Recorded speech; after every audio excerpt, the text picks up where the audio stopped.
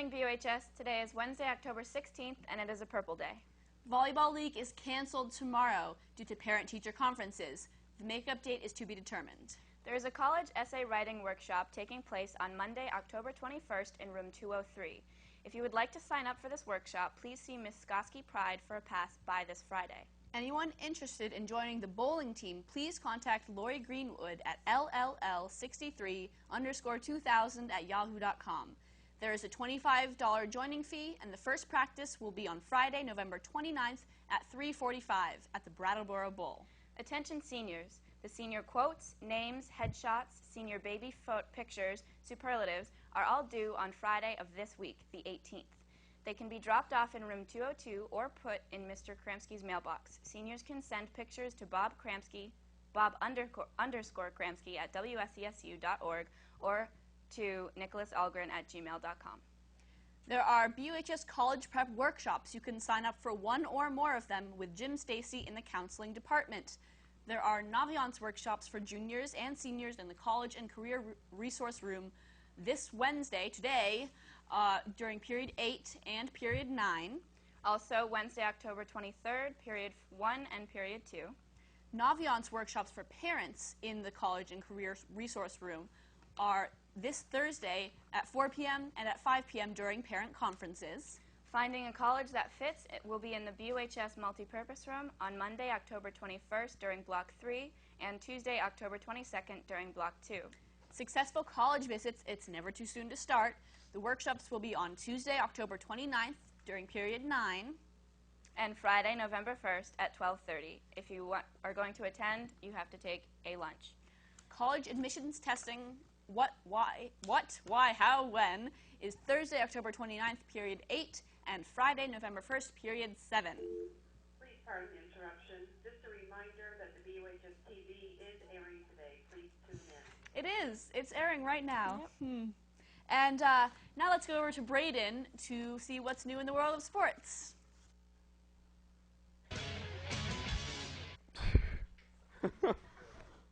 Hey guys, what's up? Okay, now for some sports. Boys soccer team lost to St. Johnsbury on Monday, but they beat Rutland 3-2 on Tuesday. Sorry, typo. Another game on the 18th, Thursday. Hope you guys do good. For some of those other games coming up, like girls varsity soccer at Mill River at 4 o'clock, also on Thursday. I hope you soccer teams are ready for the 18th, Thursday, like the other games. Field hockey is not in the playoffs. Now back to the desk. Thanks, Brian. There's a new sales campaign. If you are craving cookies, pies, cheesecakes, or maybe you would like a special Thanksgiving treat, you're just in luck. The FBLA is starting its annual Joe Corby sales campaign. Joe Corby is well known for selling a wide variety of delicious foods from pizza kits to cinnamon rolls that everyone loves. So, if you want some great frozen foods and you want to help a great cause, reach out to your local FBLA members. The PSAT registration is now open to sophomores. Registration is on a first-come, first-served basis, and you can register with Mr. Stacy in the counseling office, and the registration fee is $20. The PSATs are this Saturday, October 19th. Student guides are needed for parent-teacher conferences tomorrow, October 17th, from 3 to 7. These hours can be applied to the required community service hours. See Mrs. Rouleau to sign up. Now let's go over to Casey to see what's new with the weather. Good morning to you all. Here is the weather for Wednesday and Thursday. Today's forecast shall be a high of 66 and a low of 52. Tomorrow will be a high of 68 and a low of 46 with some showers. Have a nice day. Now back to the desk. Thanks, Casey. Attention all students, all grades. There will be a Focus on Health Careers conference Saturday, November 2nd at Norwich University in Northfield, Vermont. At the conference, you can explore different health careers, talk with professionals and college students, and learn about what's possible for your future in healthcare. Transportation is provided from several locations. The conference is $45 and partial scholarships are available. Space is limited and applications are considered on a first-come, first-served basis. See Mr. Stacy in counseling for an application to attend. All ski and snowboard club members should check in with Mr. Mazer as soon as possible about upcoming fundraisers. Build your very own Lego creation and display it at the Brattleboro Museum and Arts Center in BMAC's 6th annual Lego contest and exhibit. Many prizes will be awarded in several age groups. The school with the most entries will win $200 in art supplies. Entries must be delivered to BMAC on Wednesday, October 23rd from 4 to 6 p.m. Prizes will be announced at the annual awards ceremony on Friday, October 25th at 5 p.m. All submissions will remain on display through Sunday, October 27th. Contest guidelines and entry forms are available at www.brattleboromuseum.org or by calling 802-257-0124, extension 101. That's all we have for you today, BUHS. We'll leave you with a look at an interview with Mr. Mazer. My first camera was I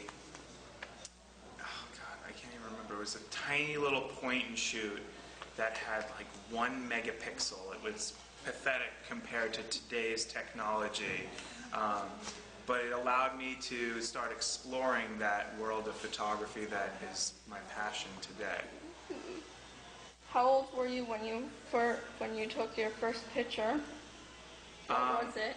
Well, my dad always tells the story that when I was a little kid that I loved to play with his camera. I don't know if I actually snapped any shots, but my earliest memory was we had a little parakeet, a little tiny blue bird, and I had a little film point-and-shoot camera that, you know, I just loved to take pictures of trying to hold the bird and working with the mirrors in the bathroom because it created some really cool reflections of the bird when it was flapping its wings. Where did you go to school? Well, in high school, I learned about photography. It was Suffern High School in Rockland County, New York. And then I went to college at Chester College of New England in Chester, New Hampshire. And then I transferred over to SUNY New Paltz in upstate New York for my degree in education, where I mixed my passion with photography with the teaching. What was your first photo job?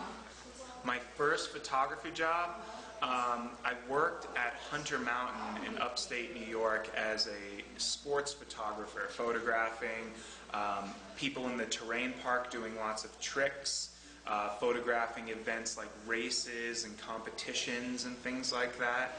And eventually I moved into doing my own work for portrait photography, wedding photography, landscapes and nature to sell my work. But that was my first job as a photographer. What did you use other cameras? Which kind is your favorite? I like working with Canons, but as I tell my students, it's not what you have, it's how you use it. I can give you a Ferrari if you don't know how to drive. It doesn't matter, it will just sit in your driveway. So I really am not biased against any specific type of camera. If it can take a picture, I'll work with it. Where did you go to take pictures? Where do I go? Everywhere. I mean, this weekend I went over to Guilford Pond to photograph the beautiful Vermont foliage with the reflection over the lake. Some of the local farms and stables to photograph some of the animals, cows, horses, chickens, things like that. But I also had to photograph a wedding this weekend, so it was a nice mix of the different types of work that I had to do. No, it's, in terms of judging what's going to be interesting or not, it's all about your personal eye. You know, as an artist, nobody can tell you what is right or wrong with what you like or don't like, but you should have a reasoning why you're creating that art or why you don't like that art. So understanding the elements of design and how they are viewed in the world. How certain scenes are captured. Some people like to capture people, some people deal with landscapes and nature. One is not better than the other, but I try to find beauty in everything.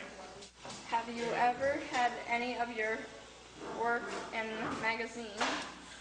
Not in magazines, unfortunately, but I have donated pieces to the Insight Photography Project for their annual auction. I've donated pieces for a lot of other foundations. I've sold work to local businesses and friends and relatives that display their work in their homes, but never in a magazine, unfortunately. Have you learned a lot from? I have learned a lot from this interview. Going to buy a camera. Are you? Good. Thank you for taking my time. Thank you very much. Thank you for the opportunity.